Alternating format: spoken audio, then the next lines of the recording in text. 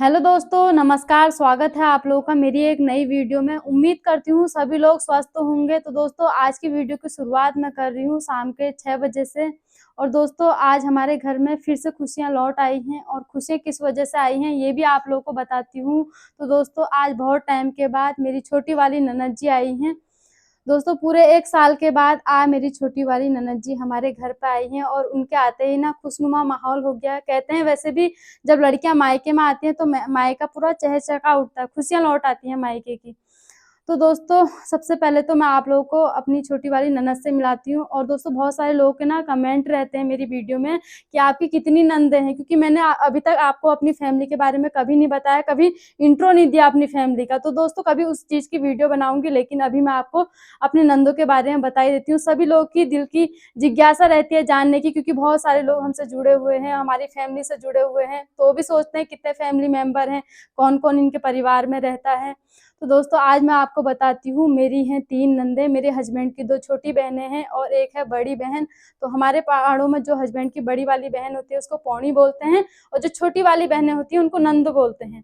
तो मैं ना पौनी नहीं बोलती हूँ, मैं बोलती हूँ सीधे दीदी। और मुझे दीदी वाला ही फील आता है, क्योंकि दीदी ने मुझे कभी एहसास नहीं दिलाया है बहू का। वो हमेशा मुझे बहन की नज़र से देखते हैं, तो मेरे को भी उनका दीदी वाला रिश्ता अच्छा लगता है। तो दोस्तों, सबसे पहले आपको अपनी ननद जी से मिलाती हूँ। तो दोस्तों, ये है मेरी छोटी वाली ननद जी, इनका नाम है ममता। और ममता अपने साथ अपने बेटे मितांशु को भी लेके आए हैं, क्योंकि मेरी जो ननद है ये रहती हैं शहर में।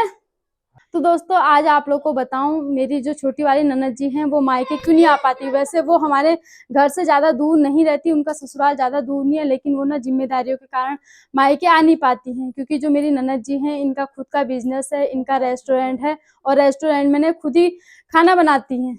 और दोस्तों, साथ साथ में ये इकलौती बहू भी हैं, तो इकलौती बहू की बहुत सारी जिम्मेदारियां होती हैं ससुराल में। हर लड़की चाहती है मायके जाना, क्योंकि मायके जाना हर लड़की को अच्छा लगता है। वहाँ पे भाई होता है, बहन होती है, माँ होती है, पापा होते हैं, बहुत सारे रिश्ते होते हैं, बचपन होता है।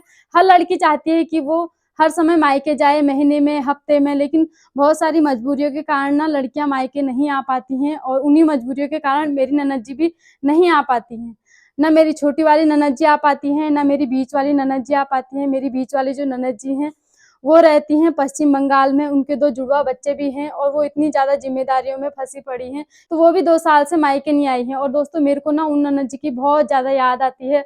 अभी वो वीडियो देख रहे होंगे ना, इमोशनल हो गए होंगे। होता ही है, लड़कियों को जब मायके की एक छोटी सी चीज़ भी दिख जाए ना, उसी में उसकी यादें ताज़ा हो जाती हैं। तो जब भी मेरी वीडियो को देखती है, मैं ब्लॉग बनाती हूँ, तो हमेशा वीडियो में कुछ ना कुछ कमेंट करते रहती हैं। लड़कियों को तो मायके की बहुत ज़्यादा याद आती है। तो दोस्तों, आज क्या हुआ, जब आज मेरी जो ननद जी हैं ये सुबह के टाइम आए थे 10 बजे के आसपास। और जैसे ये आए ना, इन्होंने सीधे दीदी को गले लगा लिया अपना बैग छोड़ के। तो दोस्तों, वो पल इतना इमोशनल था, इतना भावुक था, अगर कोई भी उस सीन को देखता ना शायद रो पड़ता। एक बहन अपनी बहन से काफी 1 साल के बाद मिल रही है, उस बीच उसको इतनी सारी दुख, इतने सारी तकलीफें हो गई, वो चाह कर भी नहीं मिल पाई। तो दोस्तों, जब ननद जी आए ना, वो पल तो बहुत ज़्यादा इमोशनल था। और ननद जी को दीदी के जब गले मिलते हुए हम लोगों ने देखा रोते हुए, तो हम लोग भी रो गए बातों बातों में। मम्मी भी रो गए, वंशु के पापा तो घर पे नहीं थे, मेरे को भी रोना आ गया। और दोस्तों, हमारी फैमिली ना बहुत ज़्यादा इमोशनल भी है। कभी मैं इमोशनल तरीके से अपनी वीडियो बनाती हूँ, आप लोगों के सामने अपने विचार व्यक्त करती हूँ ना, तो बातों ही बातों में मेरे घर वाले रो जाते हैं। कितने बार मैं सीन नहीं दिखाती हूँ, मैं चाहती हूँ कि मेरे घर वाले हमेशा हैप्पी रहे, लेकिन होता है दोस्तों, जब बातें दिल को छूती है ना, तो अपने आप ही रोना आ जाता है। और दोस्तों, मैंने कल एक वीडियो डाली थी वंशु के पापा की, सच में मैंने स्टोरी बताई थी कि उनका व्यवहार कैसा है अपने बहनों के प्रति। तो बहुत सारे लोगों ने मुझे कमेंट किया कि हमको भी ना दीदी रोना आ गया आपकी वीडियो को देख के। तो दोस्तों, होता ही है, जो रिश्ता दिल से जुड़ा होता है, दिल से जो फीलिंग निकलती है ना, उसको देख के सच में इमोशनल तो निकलता ही है, रोना भी आता है। तो दोस्तों, इस साइड को वंशु के पापा बैठे हैं। तो दोस्तों, जब से मेरी छोटी वाली ननद जी आ रखे हैं ना, दीदी के पैरों की मालिश कर रहे, कभी हाथों की मालिश कर रहे। और आजकल ना दीदी को बहुत ज्यादा दिक्कत भी हो रही है, खून की कमी के कारण ना दीदी के पैरों में झंझनाहट हो रही। कुछ टाइम पहले तो दीदी हल्का हल्का चल ले रहे थे, जब दिल्ली में तो वॉक कर ले रहे थे। लेकिन अभी जब से घर आए हैं ना, दीदी कहीं नहीं चल पा रहे हैं, क्योंकि पैरों में ही बहुत ज्यादा झंझनाहट हो रही है। और हमारे पहाड़ों में कहते हैं खवाई, तो खवाई से क्या होता है ना, पूरा शरीर काम नहीं करता है, ना कहीं चलने का मन करता है, ना कहीं फिरने का मन करता है। तो दोस्तों, कितनी बड़ी समस्या है, दीदी कहीं चाह कर भी जा नहीं सकती, आंगन तक भी नहीं जा सकती। एक स्वस्थ व्यक्ति का मन करता है घूमने फिरने का, लेकिन दुख की घड़ी में उसको जो परेशानियां होती है ना वो ही झेलता है। और दोस्तों इन 3 महीनों से लगा लो दीदी ऐसी रूम पे पड़ी हुई है, इतने हॉस्पिटल के धक्के खाए, इस बीच ऑपरेशन का इतना दर्द सहा। तो ये इन्हीं की आत्मा जानती होगी, क्योंकि हम लोग भी साथ में हम सिर्फ केयर कर सकते हैं, लेकिन जो दुख है ना वो सिर्फ यही झेल रहे हैं। तो दोस्तों भगवान ऐसा दुख किसी को ना दे कि वो सह ना पाए।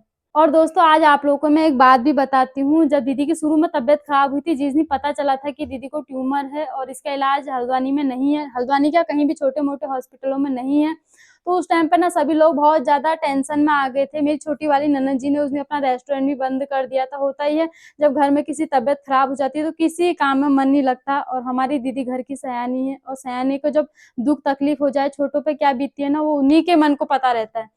तो दोस्तों उस दिन ननद जी ने बहुत ज्यादा हमारा सहयोग किया, इधर उधर कॉल की। फिर जो मेरी छोटी वाली ननद जी इनके एक रिलेटिव एम्स में काम करते हैं अंकल जी, और ननद जी की बदौलत ही दीदी का एम्स में इलाज हो पाए, क्योंकि एम्स में नॉर्मल नंबर नहीं आता, बहुत सारा टाइम लग जाता है, सालों साल लग जाते हैं, अगर पहचान हो तब थोड़ा आराम मिलता है।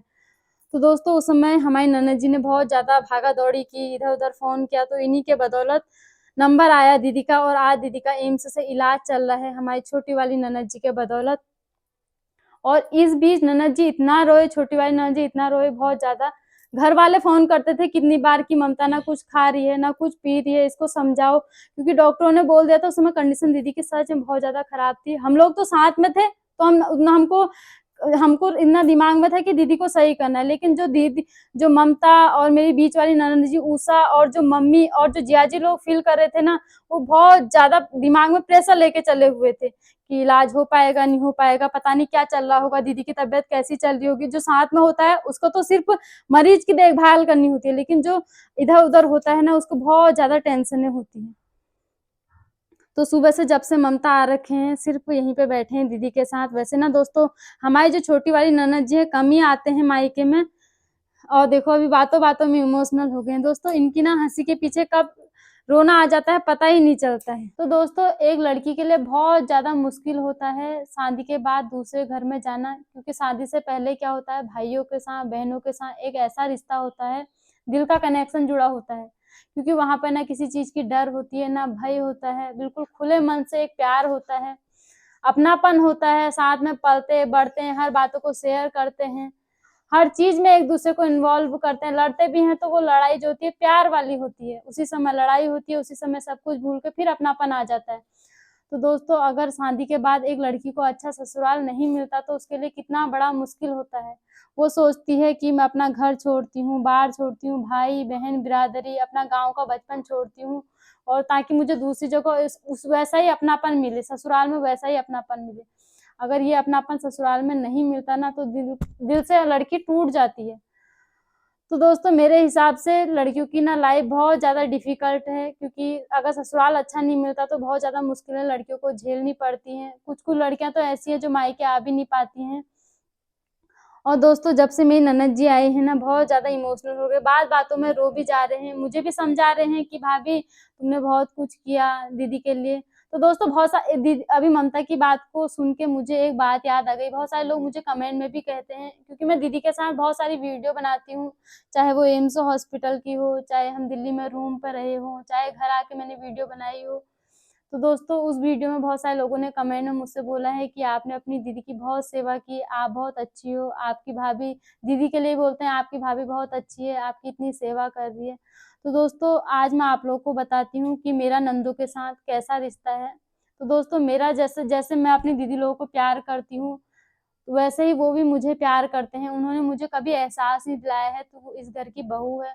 वो ना हमारा बहनों वाला रिश्ता रहता है। दीदी कभी भी मुझे नहीं बताते हैं कि तू ऐसा कर, वैसा कर, तू इस घर की बहू है। हमेशा मुझे बहन वाले रिश्ते से देखा है, कभी डाँट फटकार भी की है तो बहन वाले रिश्ते से। तो दोस्तों मेरे को ना बहुत ज़्यादा अच्छा लगता है अपनी नंदों की सेवा करना। जहाँ पे प्यार मिलता है ना वहाँ पे सेवा करने का मन तो ऑटोमेटिकली आ जाता है, और होती भी है, उससे दिल से केयर होती है। तो मेरे को फ़ील नहीं हुआ इतने 3 महीनों में कि मैं दीदी की सेवा कर रही हूँ, इनके साथ लगी पड़ी हूँ, मेरे को फ़ील ही नहीं होता। अच्छा लगता है कि मैं दीदी की केयर कर पा रही हूँ। और दोस्तों मेरे को सच में यहाँ ससुराल में भी एहसास नहीं हुआ है कि मैं एक दूसरे घर पे आई हूँ, जब मेरी शुरू शादी हुई थी, होती है जब नई लड़की की शादी होती है, ससुराल में जाती है, उसे बहुत सारी मुश्किलें आती हैं, क्योंकि वहाँ का माहौल, ससुराल का माहौल और मायके के माहौल में बहुत ज़्यादा अंतर होता है। वहाँ का रहन-सहन सब कुछ अलग होता है, गाँव, घर, लोग सब उसके लिए नए होते हैं। लेकिन अगर वहाँ पर उसको अपने लोग मिल जाए ना, तो उसकी लाइफ़ जो है आसानी से कटती है। तो जब मेरी नई-नई शादी हुई, बहुत सारी चीज़ें यहाँ पे भी अलग थी मेरी ससुराल में। तो मेरी नंदों ने उस समय मेरी बहुत ज़्यादा हेल्प की, मुझे सिखाते थे छोटी-छोटी चीज़ें, बहुत कुछ बताते थे, क्योंकि मेरे लिए सब कुछ नया ही था। उस समय मेरी नंदों ने मुझे हेल्प की बहुत ज़्यादा, और कभी फ़ील नहीं कराया कि तुम बहू हो, और अभी तक नहीं कराते हैं। जब भी मायके आते हैं, सुबह से ननद जी आ रखे हैं, तो ननद जी ने बहुत सारे काम भी करे मेरे साथ। कभी ये नहीं कि मैं हाँ आई हूँ तो आराम से बैठे रहूँगी, सारा काम बहू ही करेगी। मेरी ननदें कभी नहीं सोचती, मुझसे कहते हैं भाभी चलो घूम के आएँगे, फिर के आएँगे, थोड़ी देर बैठते हैं, आराम करते हैं, गप्पे मारते हैं। तो दोस्तों ऐसा ही रिश्ता होना चाहिए। कहते हैं ताली एक हाथ से नहीं बजती, दोनों हाथों से बजती। अगर मेरी नंदे मुझे अपना नहीं मानती, तो शायद मैं भी इतनी सेवा नहीं कर पाती। तो मेरी नंदों ने भी मुझे अपना माना, और मुझे भी अपनेपन आता है, तभी मैं इतनी सेवा कर पाती हूँ दीदी लोगों की। तो दोस्तों अभी भी मेरी नंदे जब मायके को आती हैं, मेरे से हमेशा पूछते हैं, क्योंकि हमारा जो गाँव है यहाँ पर मार्केट थोड़ी दूर है, और मेरी ननद जी मार्केट में रहती है, मेरी बीच वाली ननद जी मार्केट में रहती है। वो तो साल में 2-3 बार आती हैं, कभी 2 साल में 1 बार आती हैं।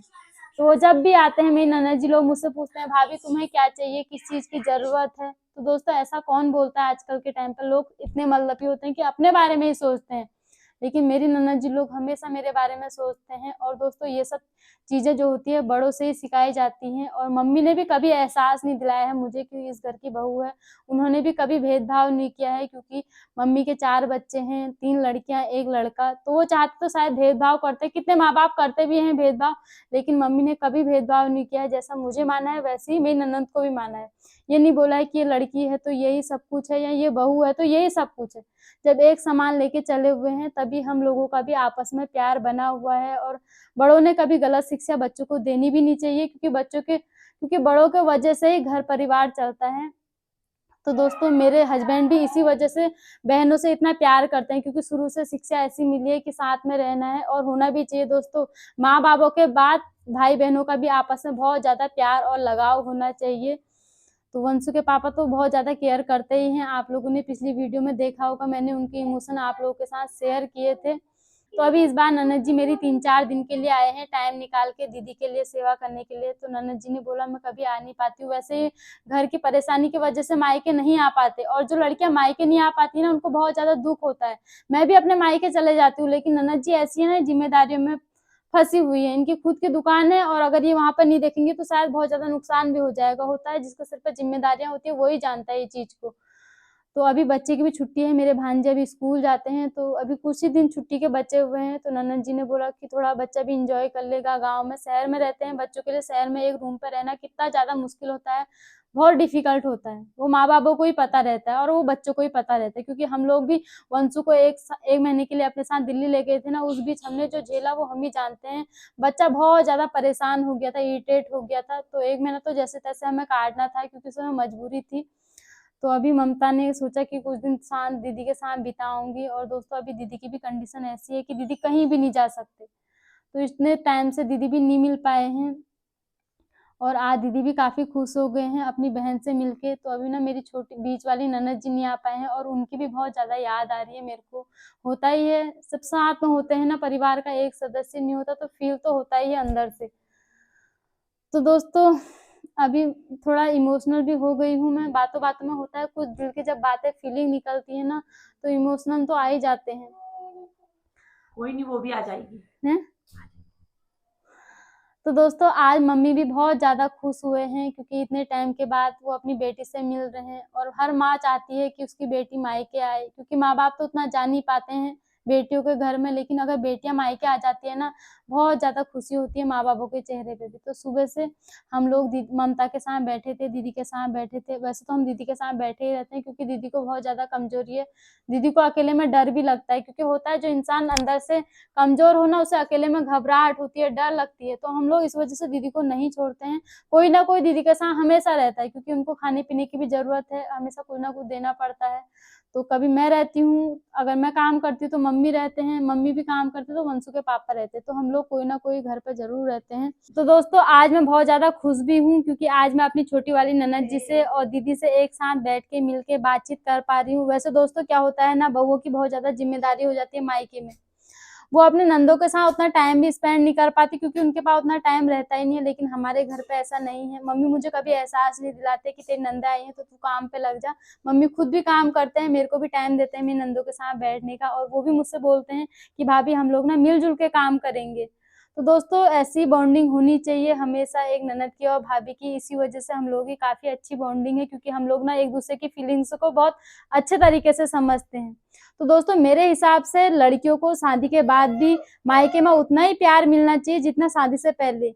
और मेरी नंदें जब भी आती हैं तो मैं उनको हमेशा अपना टाइम देती हूँ, होना भी चाहिए। अगर हम लोग रोज की तरह अपने कामों पे लगे रहेंगे तो उनको भी बहुत बुरा फील होगा। दोस्तों काम तो जिंदगी भर के रहते हैं, लेकिन मायके जब आती है ना बेटियां तो कुछ पल सुकून से बिताने के लिए आती हैं। तो दोस्तों कितना अच्छा लग रहा है जब बड़ी बहन एक छोटी बहन के साथ ऐसे टाइम बिता रही है।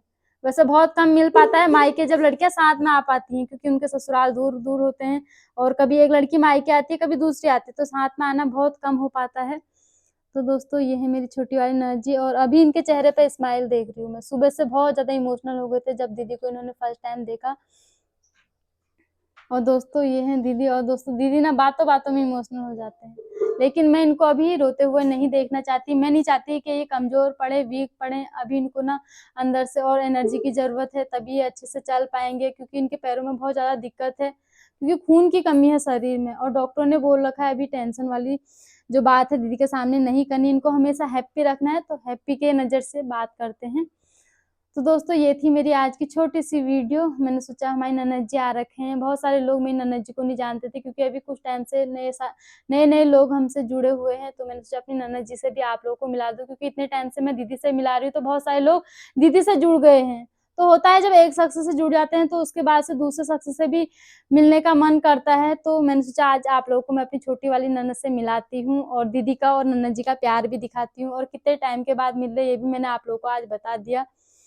तो दोस्तों बहुत लकी होती हैं वो बहनें जिनका प्यार लाइफ टाइम तक बना रहता है।